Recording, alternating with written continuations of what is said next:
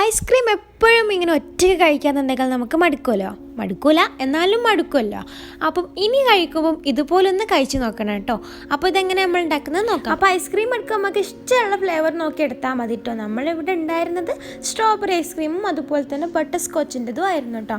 അപ്പോൾ അത് രണ്ടുമാണ് നമ്മളിവിടെ എടുത്തിട്ടുള്ളത് കേട്ടോ. ഏതും എടുക്കുക. ഇനി എൻ്റെ മേത്തിലായിട്ട് നമ്മൾ കേക്കിൻ്റെ 2 പീസ് വെച്ച് കൊടുക്കുന്നുണ്ട് കേട്ടോ. നമ്മുടെ ഈ 7 ഡേയ്സിൻ്റെ ആ ഒരു കേക്കില്ലേ, അതാണ് കേട്ടോ നമ്മളിവിടെ എടുത്തിട്ടുള്ളത്. ഇനി എൻ്റെ മേത്തൊക്കെ ആയിട്ട് നമ്മൾ ഡാർക്ക് ചോക്ലേറ്റ് ഒന്ന് മെൽറ്റ് ചെയ്തതും ഇങ്ങനെ ഒഴിച്ചു കൊടുക്കുന്നുണ്ട് കേട്ടോ ഇതിൻ്റെ മേത്തൊക്കെ ആയിട്ട്.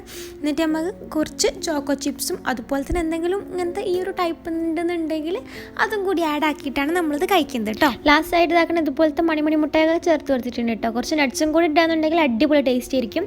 അപ്പോൾ എല്ലാവരും ഒന്ന് ട്രൈ ചെയ്ത് നോക്കട്ടെ. ഇത്ര സിമ്പിളായിട്ട് ഉണ്ടാക്കിയെടുക്കാൻ പറ്റുന്നല്ലോ, തീ പോലും കത്തിക്കേണ്ടല്ലോ. അപ്പോൾ എല്ലാവരും ഒന്ന് ഉണ്ടാക്കി നോക്കാം. അപ്പം വീഡിയോ ഇഷ്ടപ്പെട്ടാൽ ലൈക്ക് ചെയ്യാനും ചാനൽ ഇഷ്ടപ്പെട്ടാൽ സബ്സ്ക്രൈബ് ചെയ്യാനും മറക്കണ്ട കേട്ടോ.